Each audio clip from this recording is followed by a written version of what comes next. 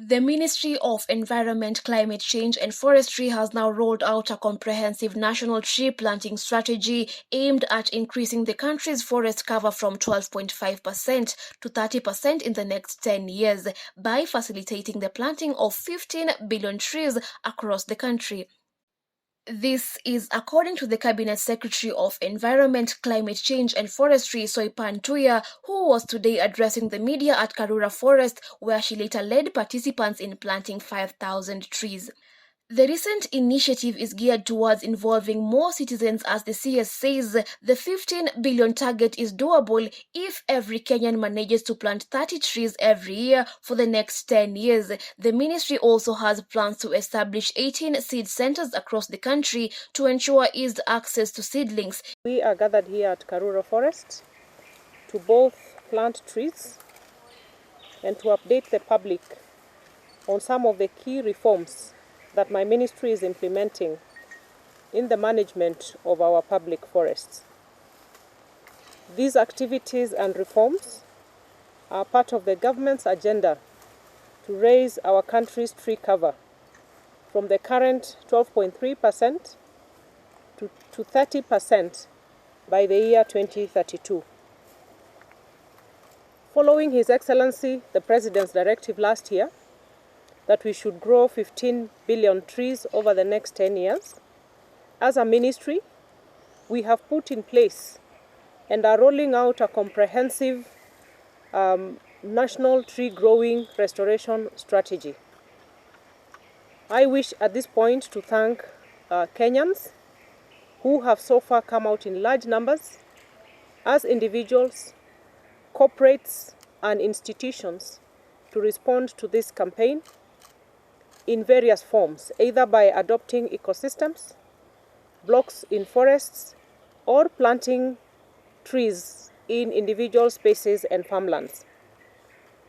We are urging Kenyans to plant trees on their birthdays, during holidays, and at each and every occasion where it is possible to plant a tree.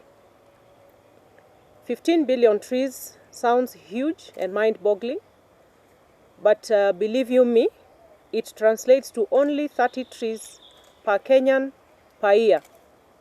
And over the next 10 years, it's only 300 trees per Kenyan. It is doable. The President has directed that the National Tree Growing Restoration Campaign takes an all-society, all-government approach, all-community approach. As a ministry, we have yielded to this call and are leading from the front. We are establishing a total of 18 fully fledged seed centers across the country, 11 of which will be operational by the end of May 2023. These seed centers, under the Kenya Forestry Research Institute, will produce both indigenous seeds and fruit tree seeds for propagation across Kenya Forest Service nurseries and private and community nurseries across the country. We are doing our best to meet the seedling demands of the country. And to this extent, we have reached out to other ministries, departments and agencies such as the Kenya Prison Service, the Kenya Defence Forces, Kenya Wildlife Service, the Kenya Police Service, the National Youth Service, among others, to help with intensive seedling propagation so that we can meet this high demand for seedlings across the country. We are also working with members of Parliament through the National Constituency Development Fund, NGCDF Fund, so that this fund can enable members of Parliament across the 290 constituencies to hire young Kenyans, whom we are calling the Green Army, within their respective constituencies to support in raising seedlings in schools and within their communities while gaining income from these activities. And this is in line with the government's bottom-up agenda. to create green jobs. The 15 billion National Tree Growing Restoration Campaign is also a major activity to address the challenges of climate change. An estimated 40% of Kenya's emissions of greenhouse gases is from deforestation and land use change. Kenya is leading by example and has set pace for Africa in the green growth agenda and green industrialization. Pursuant to our country providing leadership in the continent of Africa on climate change action, His Excellency the President, Dr. William Ruto, in his capacity as the current chair of the African Union Committee of Heads of State and Government on Climate Change, will be hosting the first ever one-of-a-kind Africa Climate Summit in Nairobi between the 4th and 16th of September 2023. The running theme of the summit will be to explore a more ecologically responsible green industrialization in Africa, and we look forward to a declaration that will state the African continent position at COP28 later this year. And this, we are looking forward to a grand Nairobi declaration with heads of state and government from across Africa and some targeted global leaders who will join us in this effort to consolidate the voice of Africa around climate change. And this comes from a growing fatigue from the year in, year out deliberations in one climate COP after another, which continue to yield little or no tangible impact to respond to the emerging and urgent needs of the African continent. Ladies and gentlemen of the press, just before the onset of the rains, the country witnessed unprecedented levels of forest fires across various ecosystems. The Mau and Aberdares ecosystems were the most affected by these forest fires, fueled largely by charcoal burning. You will appreciate that for a fire to start, someone must have lit it or stoked it. We responded to the forest fire emergency on time, deploying all available resources and mobilizing a multi-agency response team to control any further spread of the fires, which caused massive destruction of our ecosystems, affecting livelihoods and our precious wildlife. As government, we have provided money to build fire breaks, buy camping gear and firefighting equipment to prepare us for future fire outbreaks. We have also benefited immensely from the generosity of other partners and would like to single out the French government, the government of France, who have supported us with equipment for forest fire surveillance. The resources would also go towards building fire towers and the training and equipping of the Kenya Forest Service personnel in firefighting. This support will enable KFS to suppress the frequent forest fires as witnessed during the just ended long dry spell. Part of the capacity in this French government support is to establish a web-based monitoring and surveillance system for forest activities. We have also received support from the Food Agriculture Organization, FAO, who have donated drones to be used for forest surveillance. We are working on a central control unit before we can deploy the drones to action. Apart from the fires that have devastated huge parts of our forests, we now have reports of rampant illegal logging of forests, encroachment and other related illegal activities happening left, right, and center across the country. And in this regard, I am directing the acting conservator of forests to, with immediate effect, activate the multi-agency crackdown team to mount an intense, targeted, and sustained crackdown across all forest ecosystems in the country to end these illegal activities. It must be appreciated that as we talk about a robust roadmap to plant 15 billion trees to restore our degraded ecosystems, we cannot have and we cannot tolerate people pulling from the opposite direction. I have also directed the Kenya Forest Service to establish a fully fledged hotline that is fully functional and manned 24 hours for citizens to report these illegal activities in their areas. We will be giving frequent reports to the nation on the progress of the crackdown up and until such a time that we completely wipe out illegal activities in our forests. Ladies and gentlemen, as a ministry, we acknowledge and appreciate the critical role played by forest-adjacent communities in our conservation efforts. And to this end, we are working on a framework of enhancing the participation of community forest associations as key partners in conservation of our public forests. I recently began the process of engaging directly with community forest associations, and I started off in Nakuru, engaging the Mao Conservancy. And as Cabinet Secretary, I will be leading many more meetings with community forest associations in the coming months to enhance closer working relationship of the ministry and the forest adjacent communities, and in this regard, with particularly the Kenya Forest Service. And this is with a view to cementing participatory forest management that will help us in the protection of our ecosystems.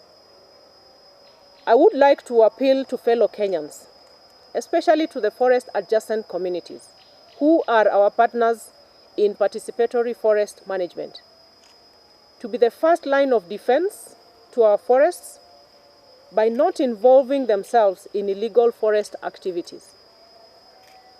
Further, I urge forest adjacent communities and all other citizens to use a toll-free hotline that will be set up at the Kenya Forest Service and at the ministry headquarters to report any suspicious forest activities in their areas.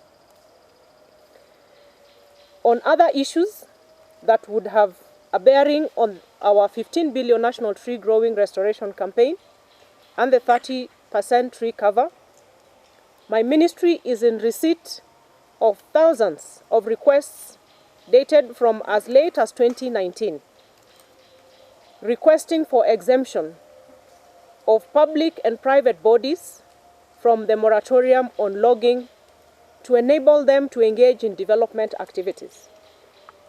And these range from road construction, sewerage plants, establishment, among others. My ministry is in consultation with the Office of the Attorney General on the legal pathways to assess and do a case-by-case analysis of these requests that continue to stream to my desk.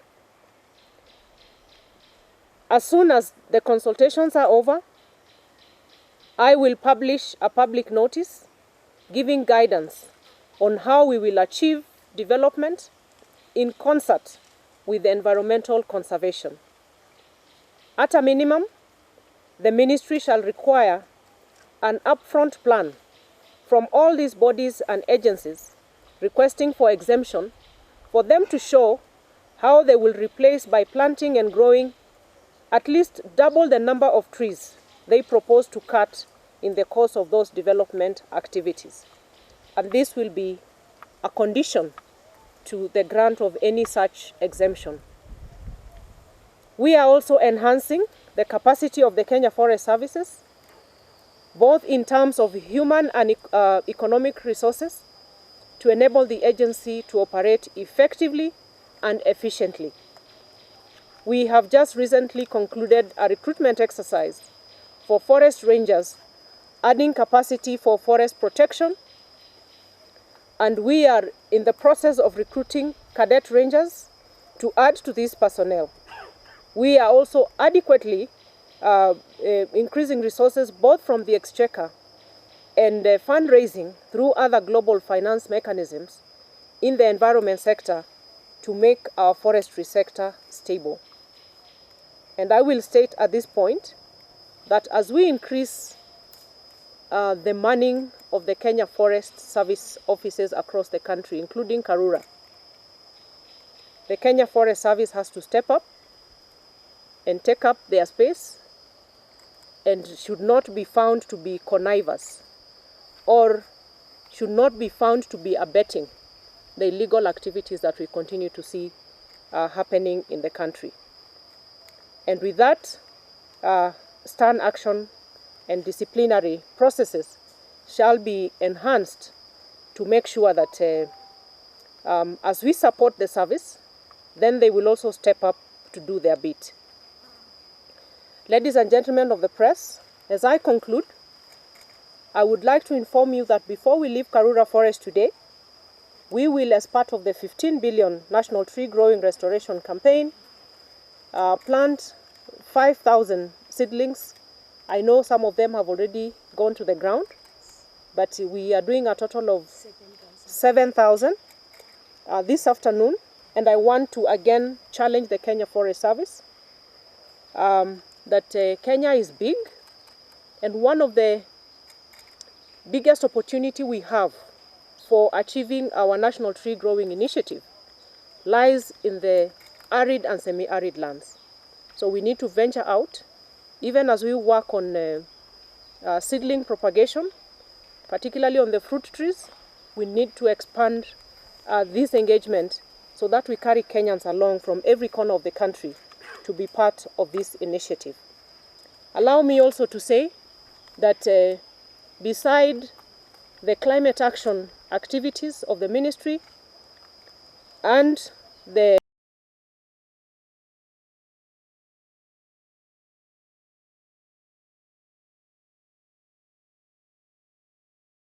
initiative of Greening Kenya, one of our other main priority as a ministry is in sustainable waste management.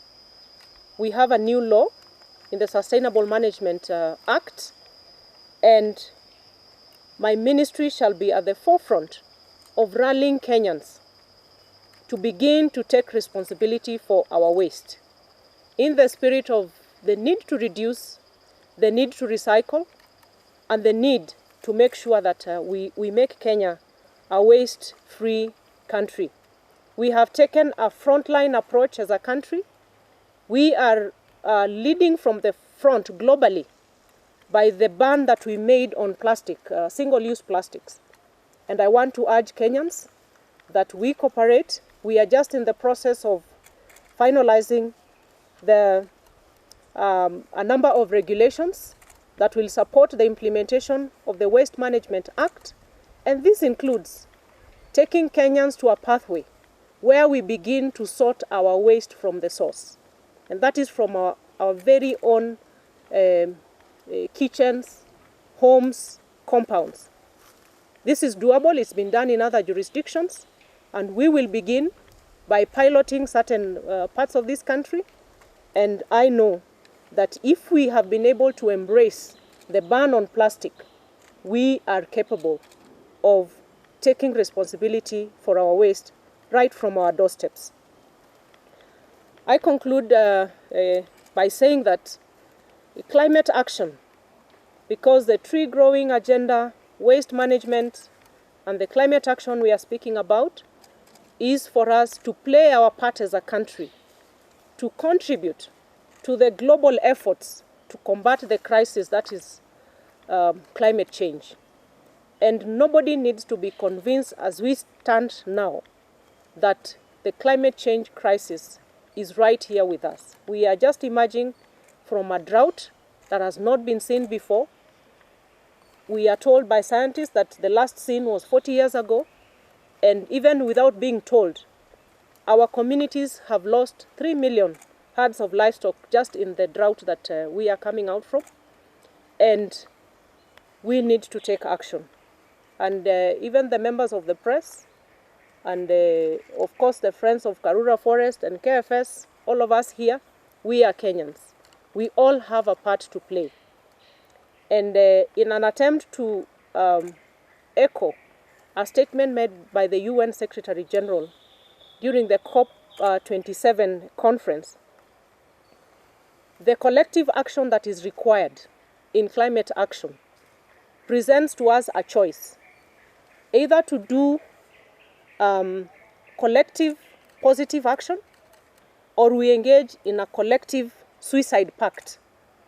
Because if we continue to destroy our ecosystems and to live carelessly without taking responsibility, then we are engaging in a suicide pact. Because the current trends, as informed by Intergovernmental Panel on Climate Change, which is a science body that speaks to the need to take climate action, we are told that with all the collective action that different nations are taking in their nationally determined contributions, if we add all those efforts together, we are nowhere close to meeting the threshold that we are required to meet to reduce the crisis that is climate change. So my plea is for all of us to take our space and do our little bit, and it will count in the end. Thank you very much, ladies and gentlemen. The Nyayo estate, they have a semblance of what we want to pilot. And my intention is to engage the Nyayo estate management organization. So that is my intention. I hope we can agree with Nyayo estate to pilot the sorting of waste at source. And I say a pilot because I believe in starting small and showcasing a best practice and then taking it to scale. The Abadeas Road, there is a petition by the Nyandarua County Government, County Assembly, proposing the construction of a road across the Abadea forest. The position of the ministry is that there has to be a demonstration of the absolute need to take a road across the Abadea forest. That is where the position of the ministry is. NEMA is yet to provide its position. We have had an engagement with Parliament recently, and my position is we need to explore the alternatives before anybody can okay the construction of a road across Abadea's forest. And it is for the reasons that I have spoken to here. Hotspots, the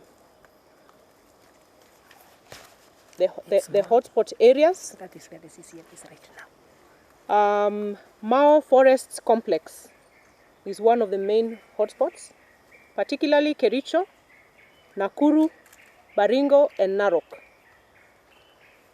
And the crackdown exercise is to be flagged off later today, and these are the hotspots to begin with.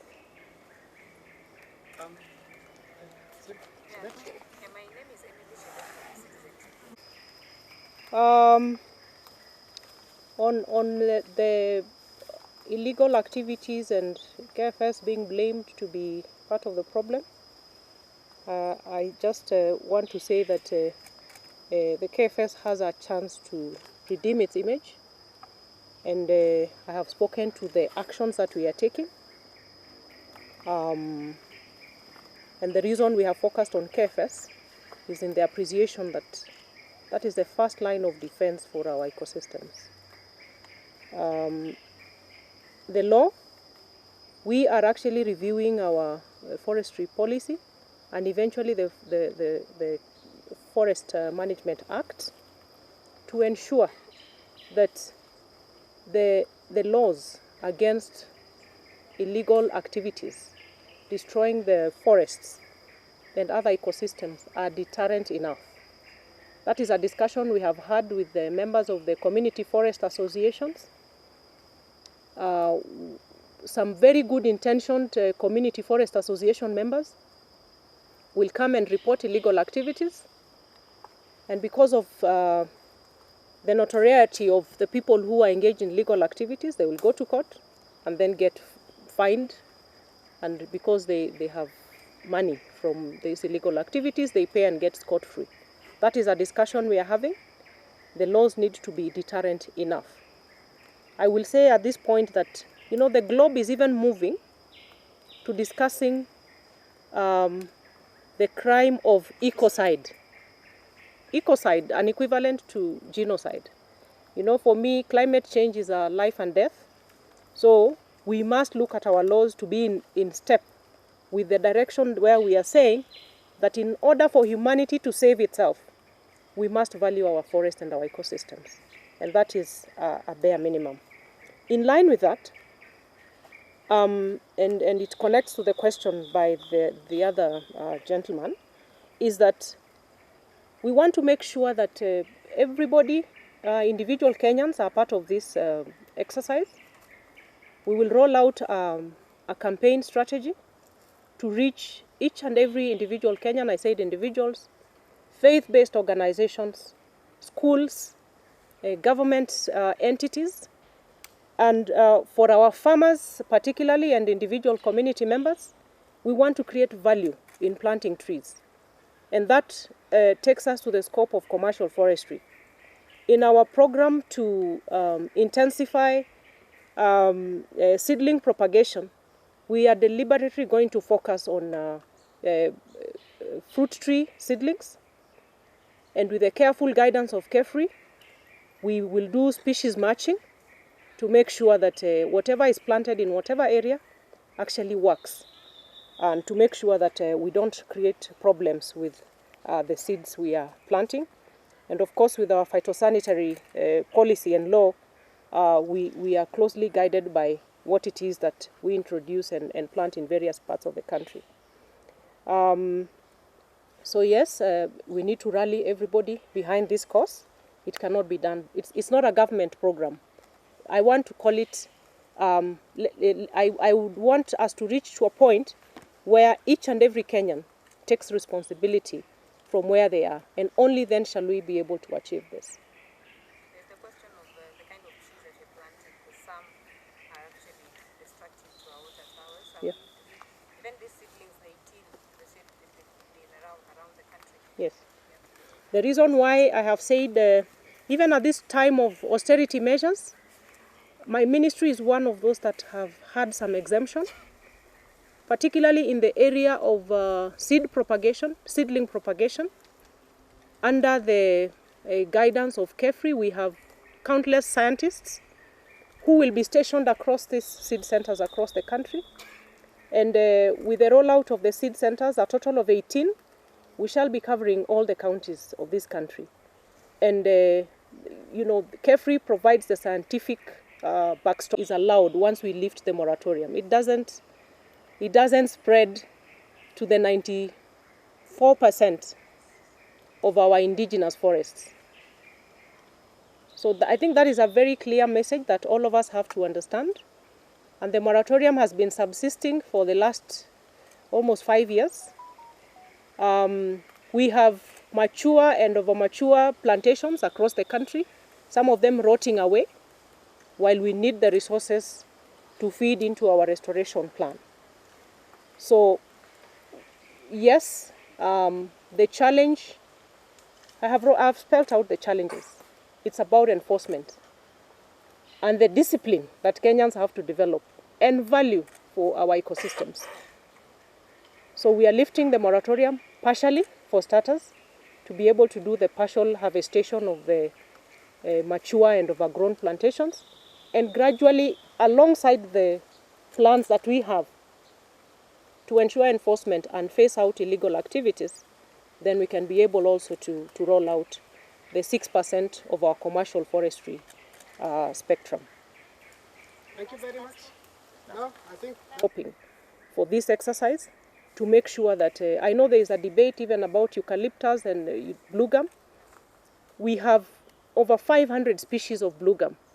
We want to make sure we are planting the right species, which then does not compromise the water tables for our various ecosystems in the country. Thank you very much. I think we can go into planting the trees. The last question. When are you planning to lift moratorium on